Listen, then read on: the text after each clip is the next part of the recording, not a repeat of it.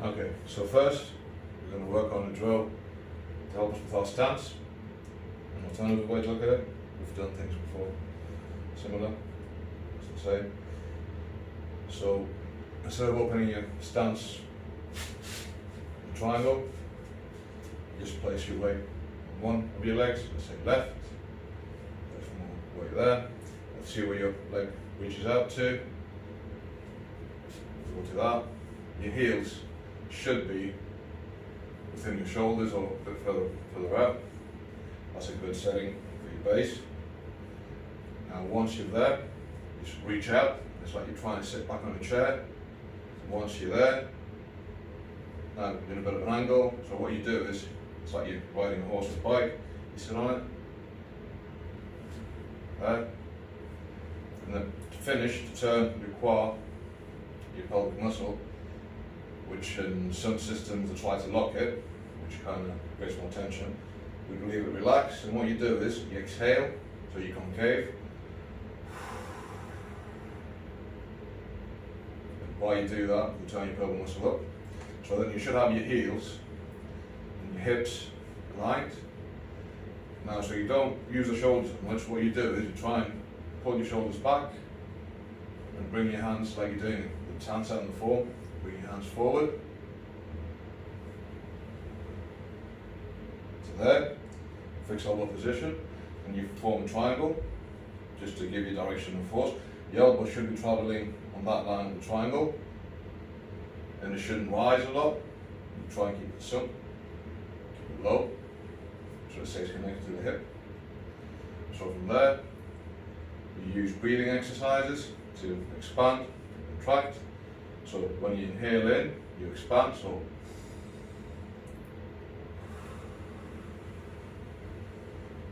when you go down, when you contract, you turn the pelvic muscle. When you go out, it turns up the other way.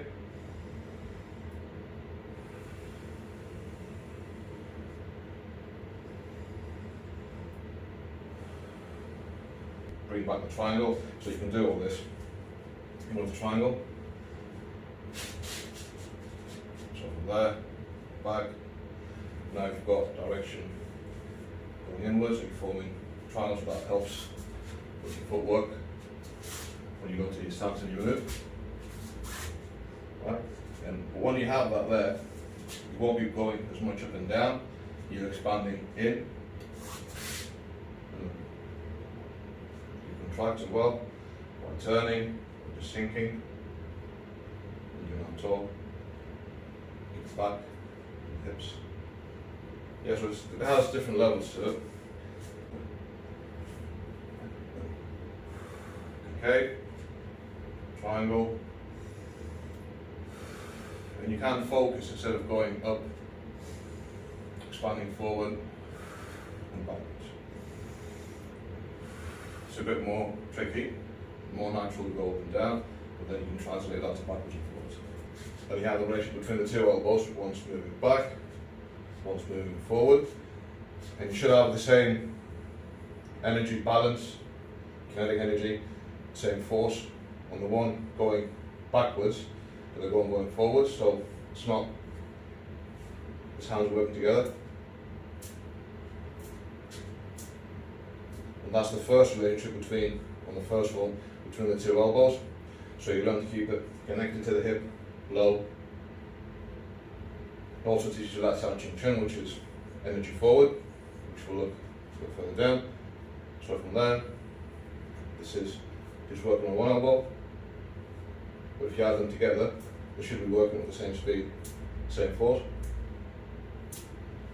That also translates into things you do later on, like lap set, or if you're doing tan set, which is receiving and punching, all different drills and positions of the hands work together. They could be expanding both forward, one could be receiving, one giving yin and yang, you could be receiving with both, expanding. Usually you want to be, ideally, one needs to be dealing with incoming force, one wants to be hitting, or if you're cutting straight through, one's opening the way, the pack's out for the one to hit. So back to our punches. You can focus on different things, different angles. You can just go basic straight punches. You can add a bit of rotation to it on a 45 angle. That helps you keep the elbow in. I mean, because sometimes when you punch out, the elbow tends to stray. So if you want to keep it on the line, going onto centre of mass, because the centre line, the one in front of you, is not some. You've got the centre line that divides your body into the gates, the gate theory. Then you've got your main centre line, which is the one of your spine.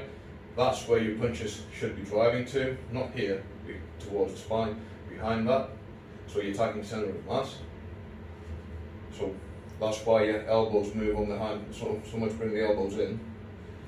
The elbows from there can cover centre if needed, by turning the body.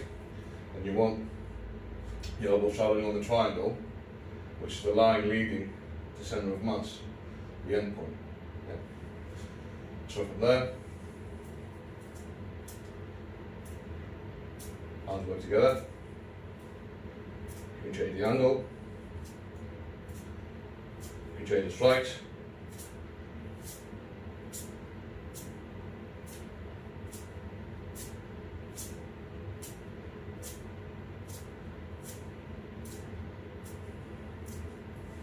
We'll have like basic drill. We do the punch over the top, change, with the punch over the top, change, turn and punch, turn and punch. Your turn becomes a punch. Bring your hands down.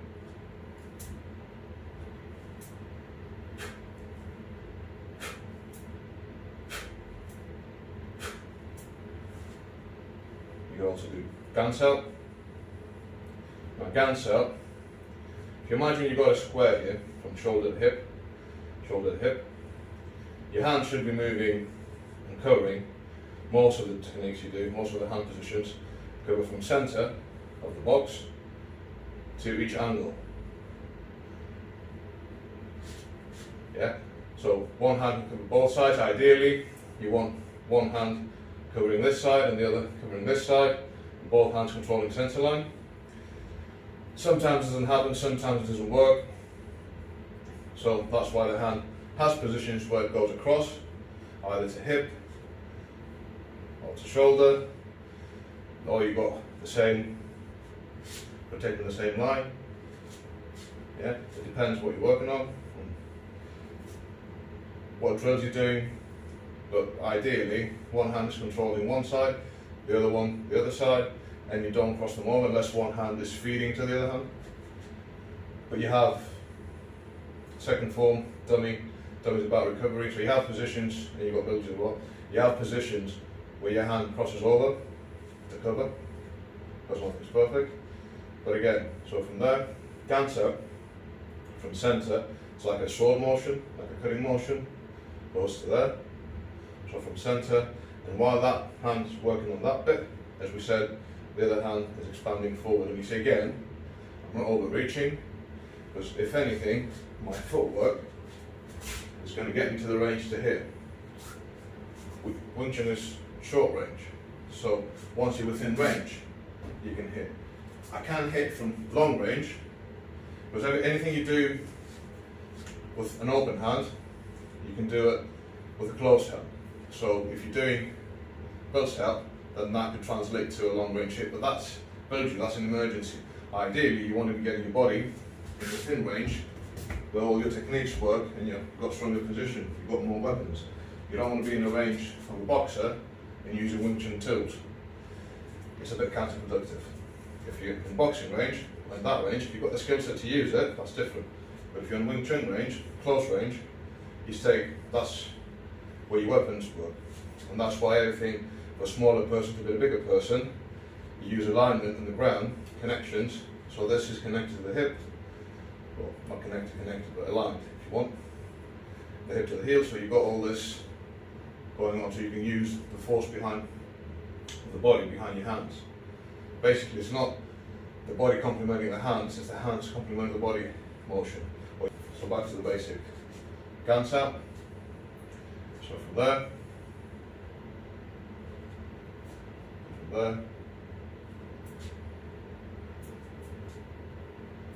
so you do Ganz out and punch, Bounce out becomes a punch. 1, 2, and you're on the other side.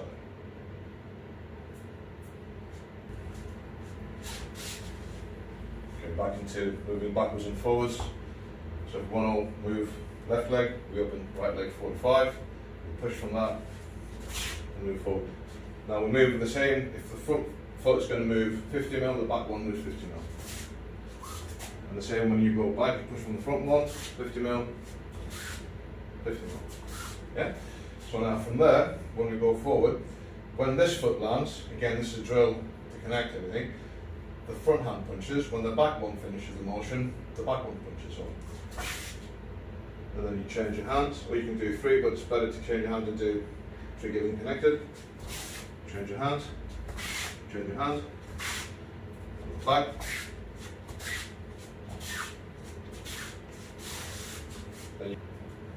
So now if we go on this side, we open this 145, this goes in, start punching, change your hands, and we go back.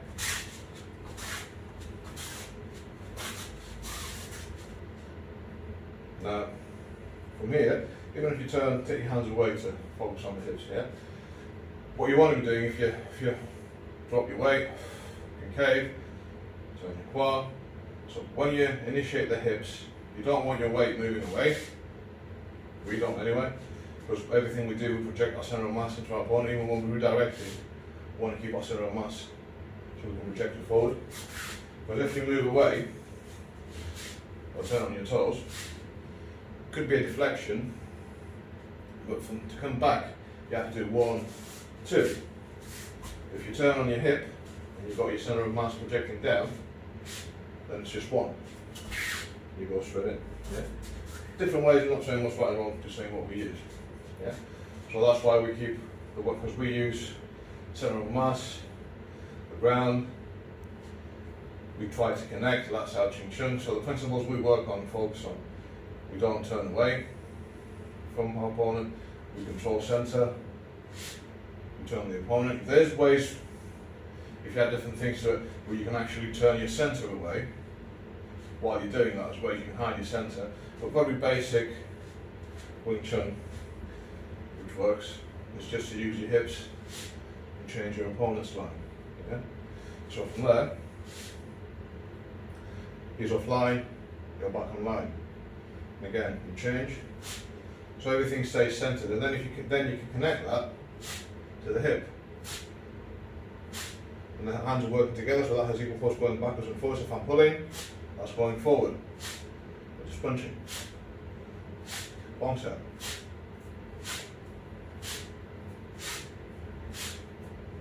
Time to punch.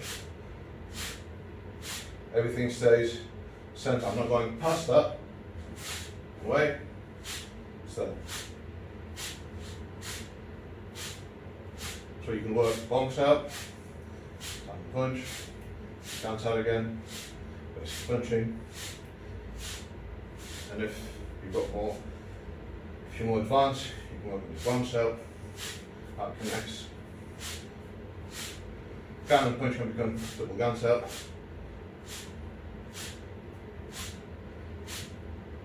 You can play all shapes.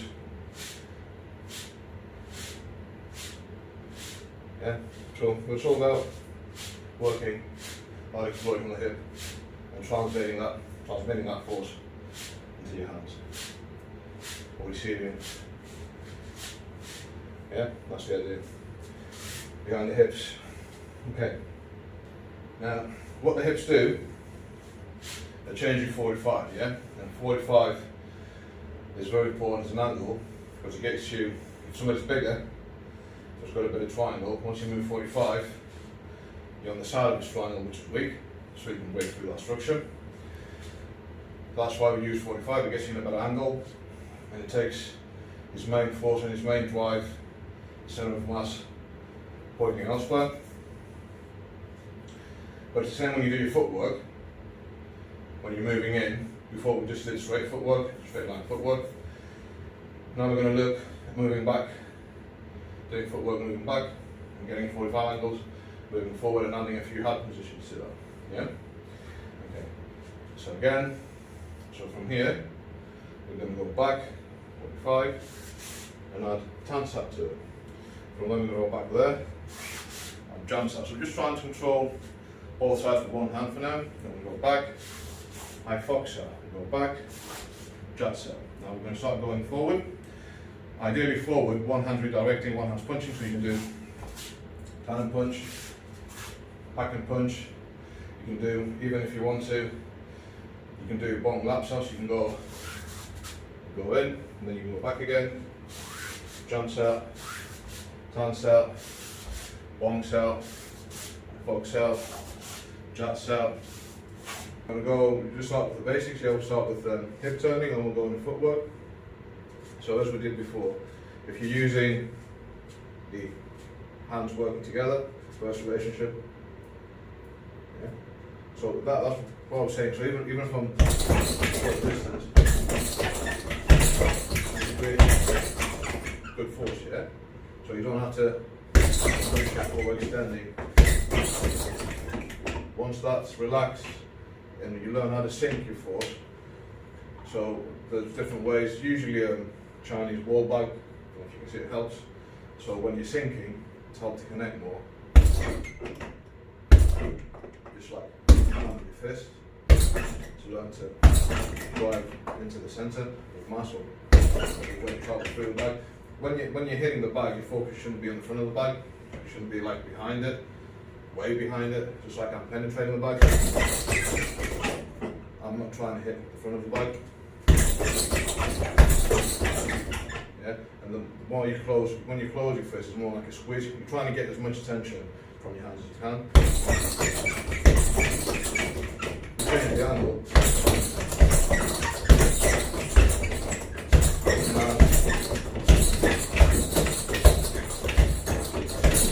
You see, I'm not over expanding.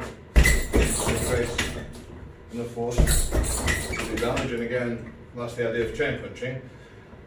You're going to chain your hits, so if you're going to move in, you're going to change your hits. It doesn't have to be chain punching, but one hit comes after the other. Yeah. Okay. Yeah. So now, just the front leg. So every time I stop my front leg, punch.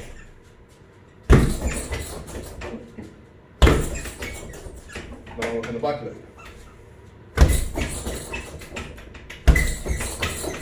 And now I'm holding back a bit. If I release it, we'll scrunch on the footwork, yeah? Then I'm going to do 1, 2. Again.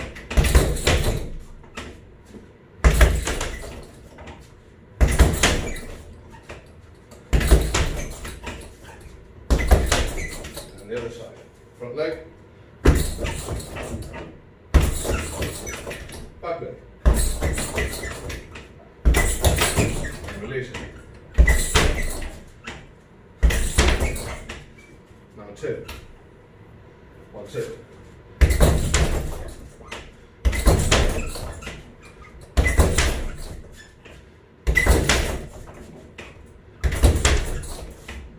And again, this is connections, yeah? You could be working on anything. Down and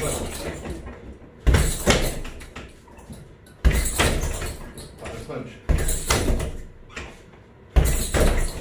Down and punch. Go from there.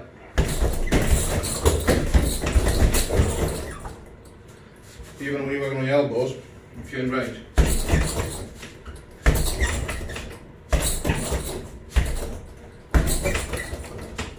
You can add the hips and the motions you do, the connections behind everything, yeah?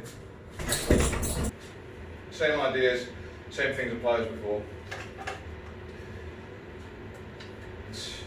We're going to work on connections, yeah? There's different ways to work on it, different things to look at. You can work on angles, timing, footwork. There's so many things you can do, sweeps on the dummy. You can go free flow, so it depends what you're working on. Yeah, you can work on your speed, but ideally, I always want, whatever I'm doing, I want to work on how I connect to the dummy, okay, and how I project my centre of mass into the dummy. So in the beginning, I'm just going to show you how we connect with a simple packs out drum. Yeah? So to start out with, we won't focus so much on the centre of mass of the dummy. We just focus on getting the motion from the hip. So if I place my hand centre, sink, turn. So from there, I turn. Always when you initiate with the hips, or initiate your punches, your chain punches, it's always better to initiate with the one going back to create that balance. Yeah. Same with the hips. I'm not going to focus on the one going forward. I'm going to focus on the one going back. So that hip pulls, that hip goes forward. You see, I place my hand there. I'm not going to move the hand, just the hip. So I'm just changing position, and the hip is driving. Now, this looks like I'm going that way, which I am at the moment, before I add forward intention. But for now, my focus is this coming from the hip. So I'm not going, I'm working, connecting this to this. I'm already connecting to the centre now. But now what I'm going to do, once I connect, I'm also expanding into the dummy. If I just place my hand and I'll drive my forward into the dummy, that happens. So now when I connect that, once I hit from the hip, I'm transferring that into the dummy. So it's more my hands down, not it's adding a motion, it's doing this. And look, you can find this in Bilgi, but it has different ideas of how to redirect force and transfer force.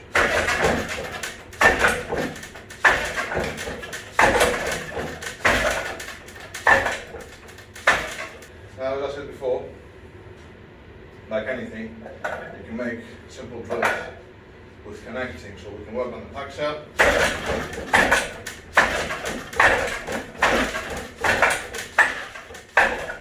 Footwork, we can initiate with the packs out, come back to the stance out. Again, it comes from footwork. And from there, we can add a bit of hip to it. Hip to it. Again, 1, 2. Then you can come back out again. You can use backs out, backs out, backs out, backs out, and from there, backs out. Come back on the turn side, use your footwork. So from there, you can turn for the hip, turn with the hip, and again come out.